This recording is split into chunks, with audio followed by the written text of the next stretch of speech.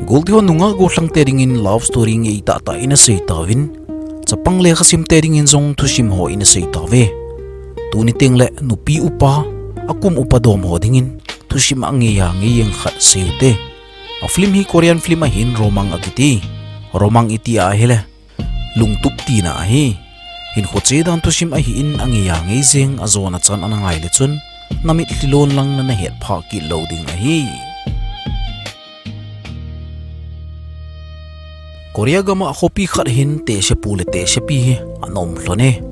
Tehse pu min hin nambongin a ko ziwin ama hi kum som sagi langa hi tai ajinu hi Meja in a ko kirwin ama hi kum li in a chapangin 71 years hi chapa khat zong ana nei hlonin a chapau min hi jinsu hi jinsu hin chi zong anei tan chanu zong anei hin a chanu min hi unji in a ko ji uwe hi chi chu a hi na ma ho in sung cho mi nga cheng kho ma hi ve Tehse pu nambong hin taxi hi adia te jeng ji ani zowa ko na chu taxi driver a na pangai tai ina chun Tehse pi Meja le atunu unji hi aki chim khom ji lone unji hin le kha a hil ji hi api he nambong zong chu inin hung ta ne hi le Meja le unji ani ki chep cho mo e ina zong to lo lai chu jinu koma hoi ham kabu agana ganin hin thu loin ati pai jeng e Tehse pu nambong hi a ho jing a phuna phun che jing a in ko te hin a ki cha jiu hi avon a ki khialin a hi le hlung phei chu ham le lu jing an hi ama zong hung do ki tan a jinu chu ano ki tan ina na mo jing tho chu rumbe an thi ngim ji tangem a ti pe tai bunelo wa chun nambong jong chu lung hang tin a po do ki tan hi a po do pharin unji na pi khoma kapu hui pidinga hi ti ta ho jing ham ati tai in sunga konchun unji pa jin su zong he hung do ki tai aman zong kapu po do ting lebo nang he hung do ngame ati pi jin su zong hanoi noi hin anoi tai jin su zong hi athasi a I pi changai tam le khathem thowanga hin service wang anei de poi ipung nampong zong hin kar lui khat an tol jing ji chun a sei se jeng ji na loi pa ko ma he aga sim sa ji hi a loi pan zong akar chu a thum pe jin ke nei petan a tha khat ki cho jengin ati pi nambong wang hen kar lui chu ai ra I jeng hi aloi pan chung jin sun service ki mulo lai he je chun nambong koma jin su chun service ki mulo lai hi le ke workshop ma na hung tong le phai chulem ken jong ka chang sia workshop he ka vet ching but lo hi ta ya ti pe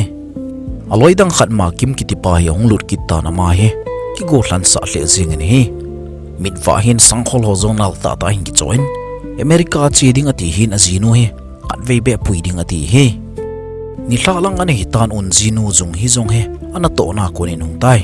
ama hen office na to ji he zun hi jong bathroom in a cheki tan te saga bola hele naw ana vop ki dana hi lungkim hle jing tai aji chu ji pa service be a hin games mo ki chep jing ji he zun hi in jong aji pa koma ole hi chalai in hi ida hlangap deu hi ta mati pe jin su ni pinangai to ham hichilaya umwa phailam isum thlon la sefin inaw ton ding la henu me ati pi tai zunghi na sei pe kidin mundanga ting le na to na ki hole na tin phading chulam in sunglang zong na support jing thei tho ati pi tai jin suin zong kiniam ta chun kana to na ding hi bui pi pi hin professor khat kami her uma hin ama kho dam lo wa hi adam do lo pai pa ya he le ama khiala ho ke ka pan thei ding hi chi chu ka nga hi ati pi tai nakipasal sa awangin na pazing zong na ho ngampoi ati pele jinsuin kalung chom hin he lo ham ki pading ka deji a ka thi be be ji bo hi ati pe he chi pe lai ta chun gala konin jinsu chung ki ko ki tai apa hi hung ki dai tanten ama zung agana gana chun pon no ya ki kholu jengin aki mut lem thu sa tai jinsuin pat them an la zu them an don cho apa hi na hin he to hi lunghang wal jengin aman zong asam to go ta na hi le anun hi ti ta chu I pin sam ham jingka teng na ho ta hi ding ham ati pe hi che chun azinu hung to ki tan tuni jin su interview in a chin a chol wala hin te jingka teng khyo pi tan nang jong tu an kham hele kilome ati pi tai nampong chung ki sen ki tan na za chalwa hi ta nei ho ngam ham ati tai aka law hin anu hi ung pangjin nampong en jong nang I ma cha le kha hello chu thi benom ji in ati pi tai atunu en jong he pu na phamo wal jing ati le Tehse pun jong unji hi ano ki tan ang ni nu cha hin na zane hlone nanun zong mizazi hepun nangin zong pauze na hepoe ti tai Tehse pi hung pan kit a hele nambongin zong lukhap hin asyap tai unzi hi asyap khatan unzi hi akabin anun zong apuilu tai Tehse pi thang tom hle jing tan zipa koma agana ganin chin lang unji koma ngai dam ki thomin hi ta chui pidinga naw cha na bol ham ati tai nambongin ki pasal sa ten tuni chana koi mchakoma ngai dam ka ki thum kha lo na het lo ham ati pi tai Zingka na hitaan apu nambong zong he analim ki na hitaan te buta khanin ne khom ki tawin e hele zinsu zo ve sal zing ine he ho he palo cha pangnu chun la koi akina koi ki saw ham zong gial chen mlo wachun api koma happy a same ka go e atitai apin zong na good a hele cho ding hi jing chul am atin nambong koma sumaga thum ki tan hi apu zong lung hang za ki jingin sum ki ti kanei poi atitai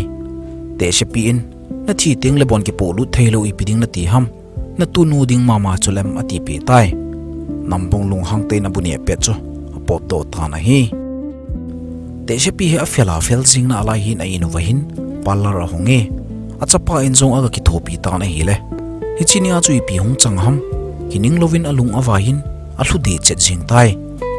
su na hin atunu hi to school a ki hen phar hin pak in a chi ki hlon tai nom ta chuna ki chim hlonin atunu chu a son in a hi le alung vai chu hum ki ta na hi a ho het na chu hum beizap zengin manjong thil hi atu phei pe in fil lang chun a chi phei tai anga dong zingin atunu in zong amu phar chun a del phei happy piding anei da la hamati le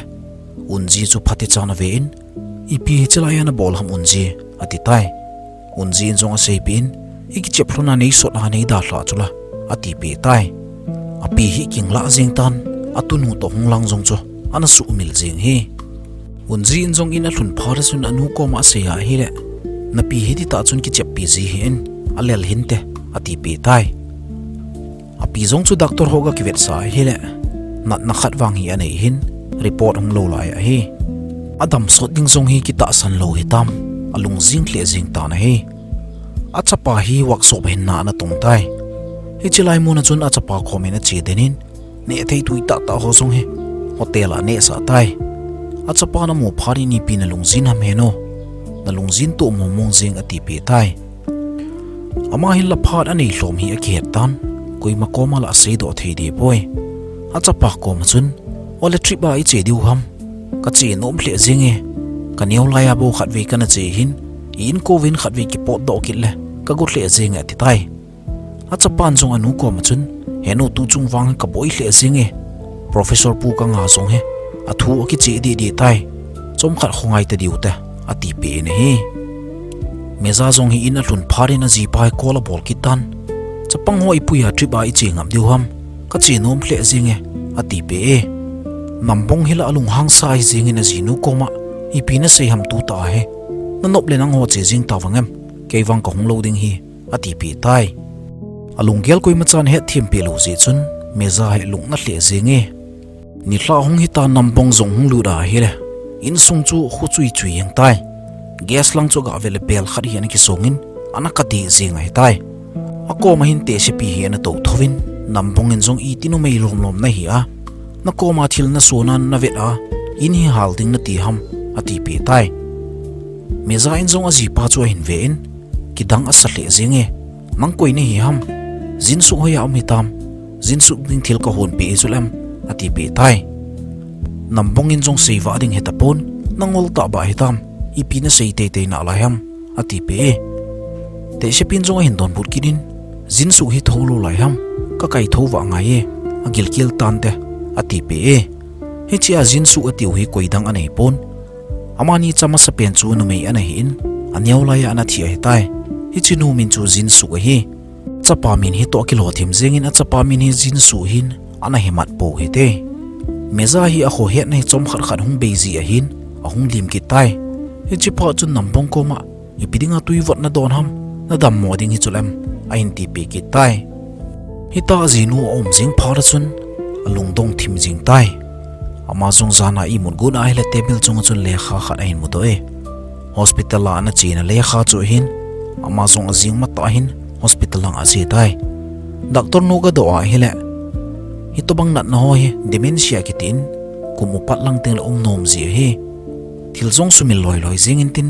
a het no zong he abang teng hung mang zap zap ding hi awang si ra hele hung poi che na lai ding hi ati pe e nampong zong chol mo lo ta chun hi ti chu hi le surgery bol ding jing chula ati tai doctor non zong hi to bang nat na hoi surgery bol the hi poi na chin tup diu chunang ho kin e jing e ati pe tai zana in langa ga chi a hele Meja hi ina ko na chang sia hung pot to hi tai nambong in amu to ki tu che ding tan aman jong azui pein vadung pang hin ding hlon ta na hi Meja hin a chanu jin su hi a ko singe a ko ma chu ji pa hi zong het lo hi tai nambong ko ma chun jin su na het amati le nambong in ka henge he jin su chu na chanu hi chu ting le nang koi ni hi zong ken ka he ati pe tai ina chuna hin poi ki tan sing ka hi phar hen Meja koma ipidinga hospital ana che yong cho nei sei pi lo ham ate Meja zong chu ana lim ki de ta nampong koma itinang koma lo in ka chiding ka sei pi ding ham hi bang na sum i da cho ati pi tai nampong zong hin agial kho thim hi tan tin Meja koma ki go in lo in langa i chi phat ki ding hi ati tai Meja ina nui sadin kining lo wana hi na khial jing cho azo le thiwa ina te na hi bang pang chon hi thim jingin ite ting le hi ta ki dam moji mong hi ati pe tai nambong ki pasal sa ki din na thi zong le don nai san pong ka te ati pe te shepin nei don lo zong le kho poi se yong se pe pong ka tin mun khara thi be ka thi ding hi ati tai sun hin te shepi hi na wa mang ki tan ain ko te hin a hol ta ve alungim hle zengwin ama zong hin hla langin a cham chamin hunglut ki ta na hi ana kot de jing tan a chapain alungim pi hle zinge avon ho khial pi ding ati le nambong in wang anop le thina ve ta te si chawai hi ati tai Meja chu hunglung hang tan nang zo hi te si chawai na hi ka chanu na tha hi atin akin na pi go jing tai lampi ko ma kara koi zong chu mun the ki chohin Meja hi na votan vo sit pi jing ding ati he achapa le amo nu hin a phel jing hlunin Meja wang hin lungnat na momong ane hin te nambong ko ma chun ka hung kile ki ding hi na ten ka chanu na thi sa tai ati hi chi pa chun tu cha hin ki choin nambong chu tu jing ding ati tai nambong in zong na ki ngap le nei thu tangem ati te shepin zong atu chop jing in hi le nambong bon cho aki wat do mane som lo chu le nambong hi thi jing ding hin nambong zong lung hang be se jing tan huila te si chawai nei ham atin achapa koma nursing home a hol sa tai Meja in na chanu jin su ana sei jing chu ipi changa ham ipidinga a thi cho azipa chu tingo jing ham ti hi ga ve hoi te hi chilai khanga chu nampong te hena ken thei hle jinga hi ni khare azinu zong dambe selo achanu jin su zong he ana dam lo ga hi chan chu nampong hin mi gari ana tol cho tua hi ama ten taxi akila thei ding hi tai azinu koma no ma milang kang chala khong kele ki ding hi taxi tha kan kila ding hi tan hin khon nom tai man thei diu hi tai ati pe nambong zong chu ana chi ta na hi le aloi teni hi to hong ki mutu ki tlon tai akipa wal jing hin taxi hin kila do cho ama hon jong party hi ana mang tawin hi le a he phat poi in langa achanu le azinu hi la tam mo hle jing tan hi zan khowa chun zu le sa hi ana bolwin ain ko te hi ana gel pha lo hi tai Meja in jong alel sa chun achanu ga ve a hi le ana thi ta na hi chi zan hin ji pa cho karga kila helang hung kit paile achanu zong he ana so chmai the hi chi chu Meja hin alunat pi hin agial do jing hi nambong te hon jong Meja chu ana puiwin nursing home hi ga tha ding ati ta ve mun khar hi ga vet wa hele dei banga ki su sa lo hi acha pan jong eng si da chuna pa koma hi chilai jong hi man tam walin te na ti ham ati pe tai apan jong a bengin nalunggel ki chep sen ati pe mundang khar hi ga ve ki tawin hi chilai hin amun jong an ki suin ne le ton ho hin mizen ho jong ki su a hi thalut pharwa chun anu hi ki phalam thimi tante acha pa kom chun chi tawin ati pe ne hi alunggel hi ki ve theile ain ko te he to thakhara umwang he agut te ding hi aji chu gala konin aji pa le acha pa chu ve in angai hle jinge ilanga che kit pharwin nambong jong hin no mo sa thim jing tai aji chu ni danga chu aji nu hin avon ho jong asu thing pe jing hi chini chun moza si ding ati le ana kot na lai na se thei ta poi zu aga don ki da hi jong le alung mong thei de pon hi gari tolin ilanga hong kile ki tai lampi ka chui pi hung changki ri tam ama zong hi kining lovin amit hung thim zapin ama sanga pa gari chu tat khatan hi in a hlun phar chun aloi pa ga phona a hi le aloi pau kim a zinu he na thi a tai hi che chun ama zong aloi teni comment ga che tai kim zong hi America a zinu puiding ati hin aung thi phar hin lung na wal jing hi kimin zong loi teni koma itimo mong ka zinu be hin kho kaman ting ham a hin te hi chi thu ga za chu nambong in zong angai tu he tan te a zinu dam ge guwa ta khala pi lo chu akisi azong he tan tin a zinga hin a zinu ve hin a chi tai gala kon chu na zinu chan ho chu ve in ama zong a kap ti di jing tai ga ho ding chula angap ki lo hin te in langa hin a hin pui ki ta na hi le a in ko te hin anadat mo jing ve a pau tai na hin pui chu ki dang sa jing hi atunu in zong adelin a pi chu a kolin happy na dam hita ma ti pe Meja in zong atunu chu a ve den jing in ka chanu jin suk atin a kol jing e unji in zong na chanu kai poi na tunu zo ka hi ati wang chun Tehse pin wang jin suk ati ti jing na lai ne hi zan hin jin su in zong apa hong ko do ki tan thil khat ka sei pe nom thlone ati pe ipi beb a sei pe god ki thlone tam jin su chun la apa ma sanga phari ni ma cha sei ngam ki tapoi kanu damai nam bunane eta ma tia hele apan kon te izat hin heram hi cho thu sei nia nei ko do ham ati tan hi zung hin zong ate pu kom chun hin seitan ipidinga kanu ne hin pui ki ding cho ki keu to ma salova thi be an hin pui ki jing ham kon a pi ding ham ke zong na tongin ka chi zin asa sa ding lo hi sulem ati pe tai nambong in seitan ken ka ga tha do hin ke tain ka hin pui ki hi nang ni ita pi na nu ka ti kham nom thlon lova hele nang ni zo na pot do thei hi chela hi ke in hi ati pi tai unji hin phone khat ane hin in sunga anu la pate api te ho zo se lim ala a video thema kap ji hi api hi to ki dai jing ji hlone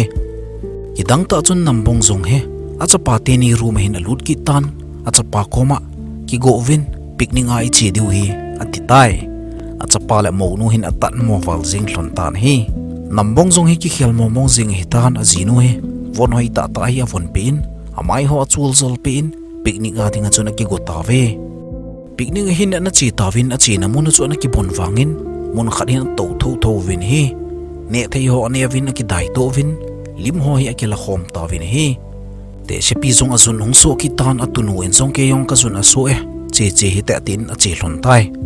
tom khat zo pharin unji en zong api na bathroom song chu ka veda hi le api nom ta poi alungu hi agim ki tan a bon of hin a hol khom ta ve amonu zong lung na ta kar sunga ga to wa hi le Tehse pi hi kar sung hin na to ki tan amonu sam ho cho hin po pi jing in hi ahung ki dai pe tawin I tia zong nambong hin azino lang anga zilo hi hechini achun nambong hin azino hi angai le jing tantin azino lang ta cho ngat tai ni khari nambong zong po do ding ati le akeng ko chu an nen de du jinge achapa hin ki se hi se in a ko tai akar lang cho ga vet ki ra ile kar zong cho nen de du jing tai achapa hin mun dang khara na pui do hin te tia agial ji chun achapa chu phoding ati in a ko jing tan hi hoilang mo nga na pui ham ti chu het nom zin agari ma sanga camera su to chu ka ve tai ipi bep zong ain mu do ki ditam amit asal jing tan he camera chun amalim mama ki muin gamla zana na che hi zana na pot do lam zong chula ki het pon alung kim wal sing tai Tehse pi bang hi ama zong he nat na hin nei pat he tai ni khari hi Meja in zong atunu ai mut sein ama hin du da me adu do ma so phar chun khona sun la go da hila asung kha thei tapon atunu chungong chun sung khale kilom jing tai zung hi na hin mu phar chuna ki chawal jingin agana ganin unji chu hung pom do Tehse pin zong hi chu a khut asun kha pe jing tai ipidinga kanaw nong pom do ram jin su hi ati tai unji chu room langa lup sa ring ati a hila ipidinga ka chanu nei la pe ur hamatin zung hi chu asamin aman jing tai achapa zong lut tan I to bang a phel gut wangen a hi thei ta poi anu khut chu a pet jing ta na hi le hi cha chun zung hi chu a hin hla zung hi zong hung kaptan Tehse pi zong hung kap ki de jin su wangen lo je het lo ding hi tai nampong in a gari ga sim ki ta na hi le loi pan zong izat ve lom na sim eng ding ham atha ki la tan ka tin het lo ham ati pe amazong lunghang ta chon akari in ki tol do kitan na sim nom lova hele muntanga sim sa tang kate ati pe inlang hin jin sule azinu zong he anakin a hlon tai zung hin zong apo ho ki semin a chanu ki kaitan ina konin pot do hlon tai taxi anga hlona ele taxi khar hi ong tan hi cha taxi na tol pas koi dang hi lo ate pu pa nambong chu ra hi zung hi zong ki phalam hle zingin nambong chu a se pe ding ati le nambong in se da tan thil zo se ka het so ke hi nangmun na chun ke lang wang so ra hi jin su ka da hla ding tai sumle paila lo in sunga boina bo asim kit in sunga tu a boina kit na lai set nanu te lang in nom te num hlon zengin hongzong ki le da hlon tan hi chalanga khun unji le ama ding in zong phazon te ati pe tai hi ta zung hi in sung ada la zing hi abang kharin wang di isa mai theu hi ain la in sung a boi lai ta angai cha ding lai ta zung hi a pot do zing hi di ka sa thei poi ilang hin nambong zong a kile ki ta na hi le get ko ma chun thi be in azinu hi ana to zinge aman chong ipi na bol ham kar sung in hong lut in ati tai Meja alut phar chun video cho vet sa ta na hi gamla na china video chu a hi in Meja koma itia ka chelam zong ka khiat pha pu ati tai Meja zong chun lungkim te na jipa koma hiti chu hi le dementia na hi ta chul em en te nambong in wang na nop sei hin ati pi tai nambong wang hin a khiat pha lo wanga he azinu bang nat na hi ani tai jinsu in zong anu ko ma chun azinu naw avop ki thu cho asipi ta na hi anu hin he thiam hle zingin a ho hi memboi jingma ta teng le na jinu ko ma chi jing tan ama ho zo khon ngai cha ro hi ati pe jinsu ding awang hin a boi ji hle zingin azinu teni zong adon da thailo anu le pa zong angai lut kin aman zong wang anu a kolin a kap jing ta na hi nambong zong hi ama le ma ki chin tu angai hin azinu zong avet tu ngai jingai hetai hi chi ji chun agari it ta he aloi pa ga pe do tai in aga chi a hele jin su zong he azinu te ni kom langa he ana chi a hetai tu chun nambong le azinu le bo hi hlon tan i ti bep hong ki don to hlon ding hetam a veo hete nambong in zong a chapa pot do hi het pharin azinu koma a phajinge i changa sanga wang mini he a phana la ye ati pe azinu ni pina sei ham chelang pon ga da doin ati pe tai pon chu ga da do ta na hi le azinu na ven anui sat tai nambong in zong nei dai ko hi no na kyang ka ziap di hi ati pe azinu ha nui che jing ta na hi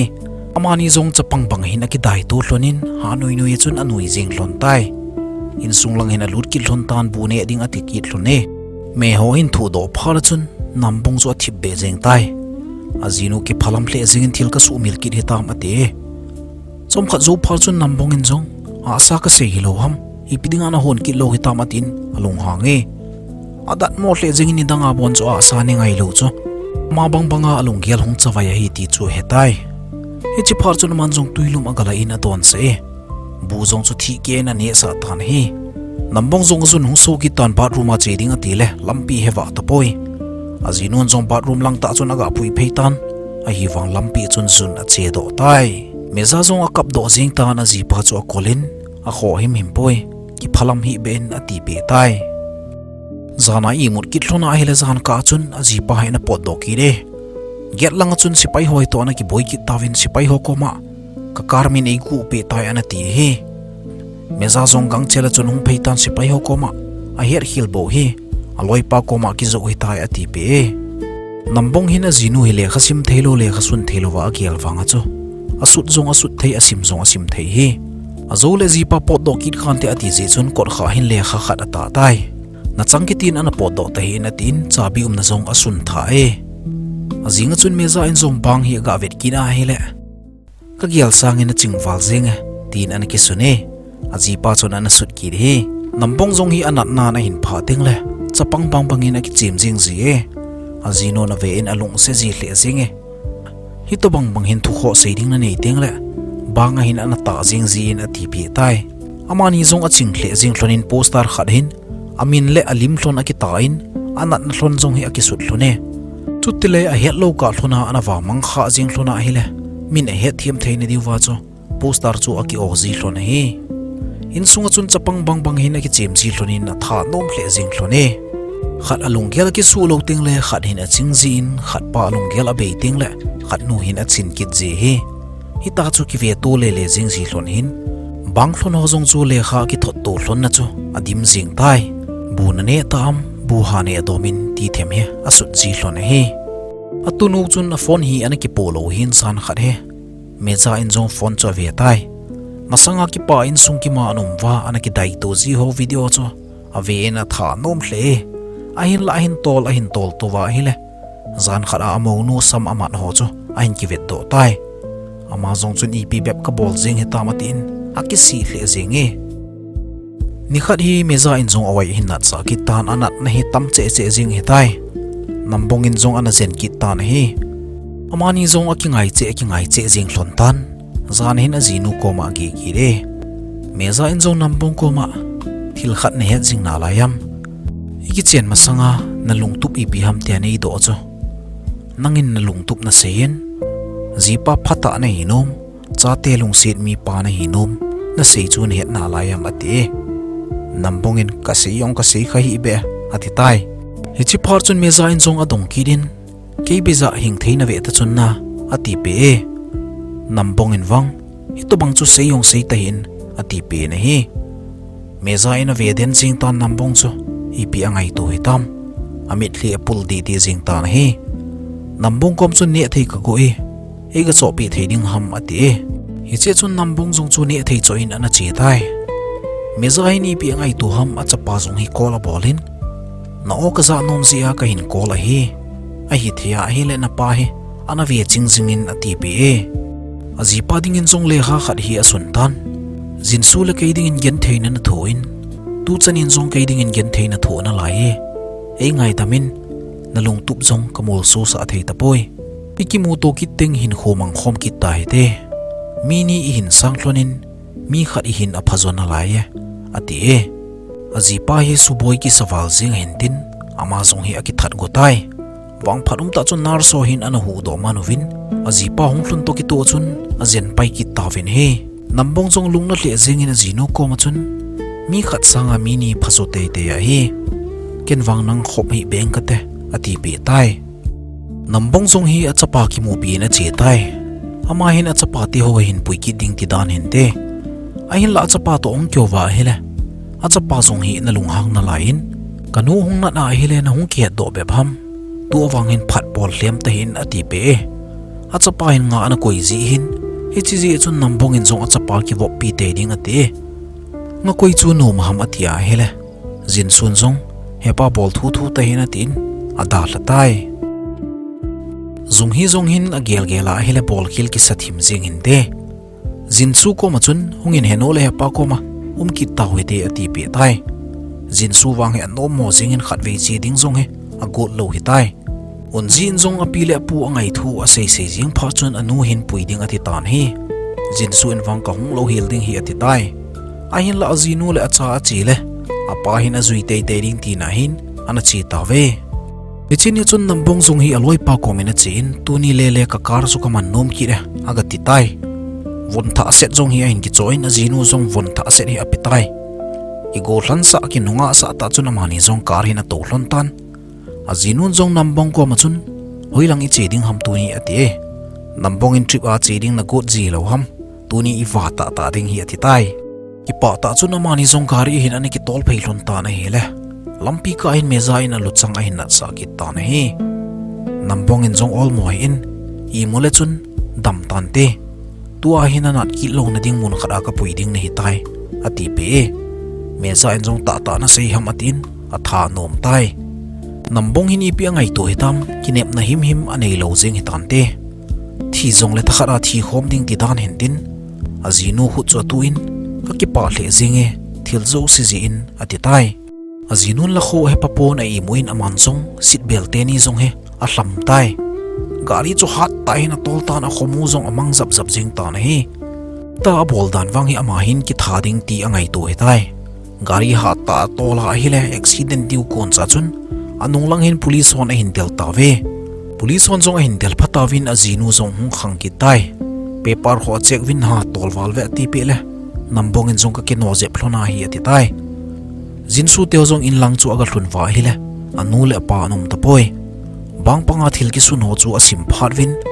anu bang banga chu apa zong hin nat na ane hi ti chu a hin he hlon tai hi bang panga le kha a chu abon cha hi ki sun so zinga hin I to banga ha asa tagen thei ana tho hlon ham anu le pa chun I to banga ana ki don hlon ham ti ho zo si he a hin het che hlon he tai jin su zong ki si wal jing tan a kap in apa kol a bol zong le phone a pick up pe ta po na hi he chi pha chun a sei theilo sa sa chun a ka pum pumin police ho kol a bolin kanu le ka pa I hold do pe win ati tai nambong zong lung na le jing in jinu ko ma chun hi chan ei ni I hin jing he punishment I mat hi tan te na ati pe e jingka hong hi tan gari sunga chun nambong he ana I muden tai